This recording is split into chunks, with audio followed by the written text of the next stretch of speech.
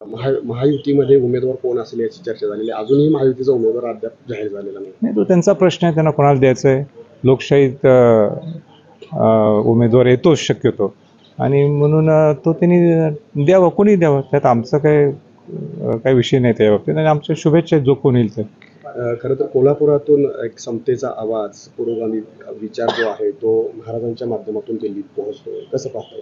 नाही, फार महत्त्वाचं बाब आहे ती, की खऱ्या अर्थाने आपण सर्वजण शिवाजी महाराजांचं असेल, राजश्री छत्रपती शाहू महाराज असतील, महात्मा फुले बाबासाहेब आंबेडकरांचं नाव घेतो, आणि हा पुरोगामी विचार, हा समतेचा विचार दुर्दैवाने तो जरा बाजूला सरकत चाललेला, आणि हा विचार दिल्ली दरबारी लोकसभेच्या माध्यमातून जर शाहू महाराज तिथं जे जाणार आहेत असंच मी म्हणतो, तर ही कौतुकाची बाब आहे, आणि हा विचार जिवंत राहायलाच पाहिजे. हा प्रोग्रेसिव्ह विचार आहे, परिवर्तनचा विचार आहे, आणि म्हणून कुठल्याही परिस्थितीत विद्यमान छत्रपती शाहू महाराज हे दिल्लीत खासदार म्हणून जातील. खरं तर जागा वाटपामध्ये आम्हाला अजून काय सांगाल? प्रकाश आंबेडकरांनी कोल्हापूरमध्ये महाराजांना बिनशर्त पाठिंबा दिलेला. नाही, मी प्रकाश आंबेडकर यांचं मी मनापासून आभार व्यक्त करतो, की खऱ्या अर्थाने त्यांनी त्यांचे आजोबा डॉक्टर बाबासाहेब आंबेडकर आणि राजश्री छत्रपती शाहू महाराजांचा वारसा नेमकं काय आहे हे त्यांनी आज दाखवून दिलेलं आहे.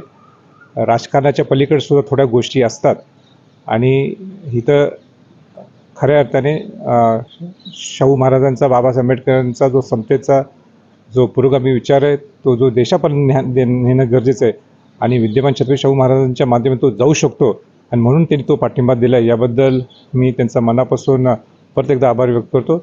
मला आनंद ह्याच्यासाठी आहे की मी परवाच त्यांना फोन केला होता की आपण आपली जी काही राजकीय महाविकास आघाडीचे येणार का नाही येणार हे सगळं दुधामनीचं असतानासुद्धा तुम्हाला अडचण आहे, पण तुम्ही आम्हाला पाठिंबा द्यावा असं मी त्यांना विनंती केली होती, आणि त्यांनी आज ती विनंतीला मान्य केली, आणि आज जो पाठिंबा दिला याबद्दल आमच्या सर्वांच्याकडून वंचित बहुजन आघाडीचे प्रमुख बाबासाहेब आंबेडकरांचे नातू बाळासाहेब आंबेडकर, प्रकाश आंबेडकरांचा मी मनापासून आभार व्यक्त करतो. असं पहिल्यांदा घडलंय की त्यांना चॉईससाठी संधी दिलेली आहे, म्हणजे कोणत्याही पक्षातून नाही, हा ऐतिहासिक क्षण आहे. यातून बरंच काय म्हणजे बोललं जाते किंवा आपण समजू शकतो की महाविकास आघाडींनी ठरवलं की आपल्याला यावेळी कुठल्याही परिस्थितीत छत्रपती शाहू महाराजांना उभा करायचं आहे. मग ते कुठल्याही पक्षातनं ते येऊन देत असं किंवा आत्ताच्या वर्तमान काळात असं घडू शकत नाही, पण ते घडले, आणि म्हणून मी महाविकास आघाडीचं सुद्धा मनापासून आभार व्यक्त करतो.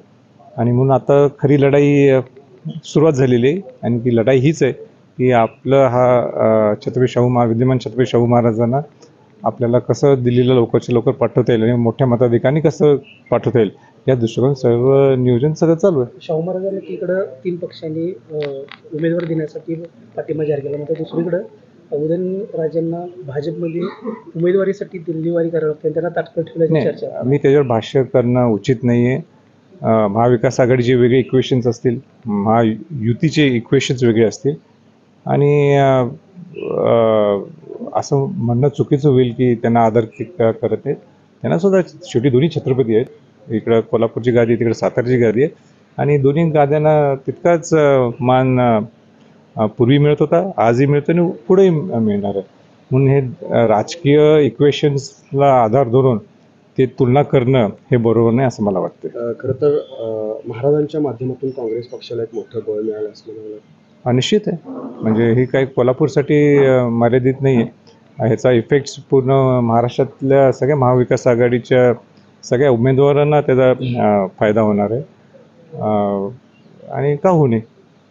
राजू, तुम्ही दुर्गम भागामध्ये प्रचारासाठी गेलेले होता, अति दुर्गम भाग होता, त्या ठिकाणी लोकांच्या कशा प्रतिक्रिया होत्या? नाही, एक चैतन्याचं वातावरण निर्माण झालं आहे. लोकांनी निश्चित ठरवलं आहे की यावेळी आम्हाला बदल पाहिलं आहे. आम्हाला खऱ्या अर्थाने ही संधी आलेली आहे की शिवाजी महाराज, शाहू महाराजांचे वंशज विद्यमान छत्रपती शाहू महाराजांना आपण हात त्या चिन्हावर बटन दाबून मोठ्या मताधिकाऱ्यांनी निवडून देण्यासाठी ती संधी आली. सगळे बोलून दाखवत होते, आणि एक निश्चित